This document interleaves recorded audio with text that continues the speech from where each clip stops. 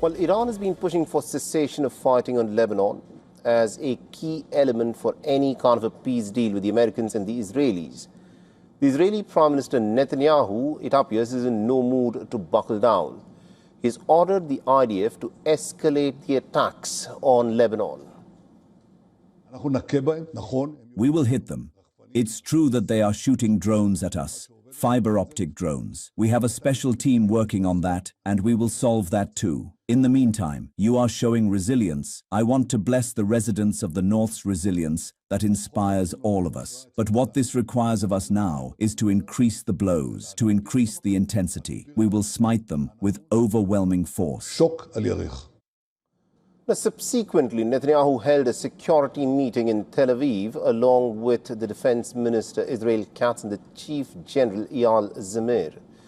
As the IDF stepped up its strikes, there were clouds of smoke that were visible over the hills of southern Lebanon as the Israelis carried out more and more bombings.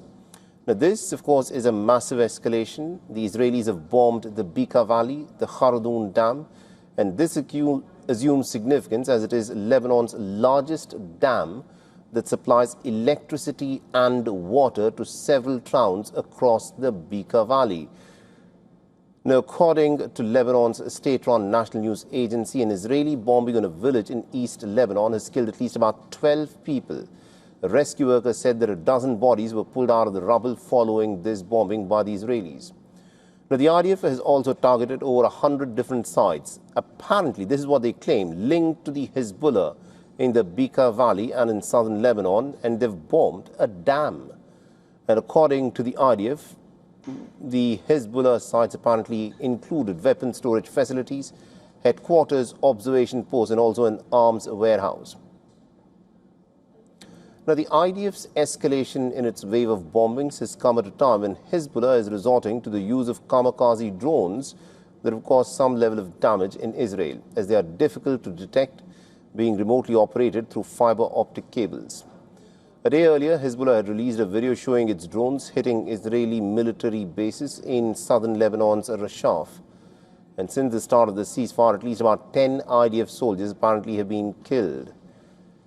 And amidst this, residents in Dahieh, a suburb of Beirut, began evacuating overnight in a state of panic. There were images that showed of heavy traffic congestion as people were trying to flee from an area in downtown Beirut, which has been repeatedly bombed by the Israelis.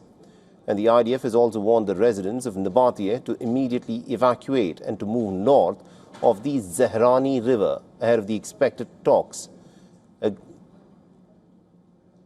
Meanwhile, people displaced from Beirut's southern suburbs expressed their anguish at the current situation.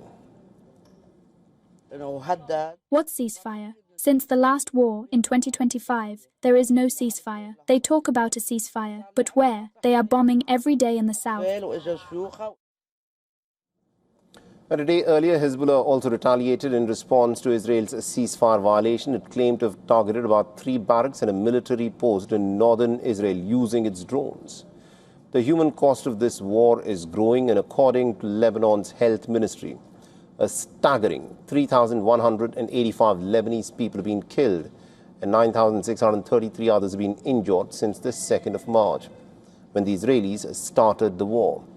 The war has also displaced an estimated 1.1 million Lebanese people who have been driven out of their homes because of this Israeli wave of bombings. For all the latest news, download the WION app and subscribe to our YouTube channel.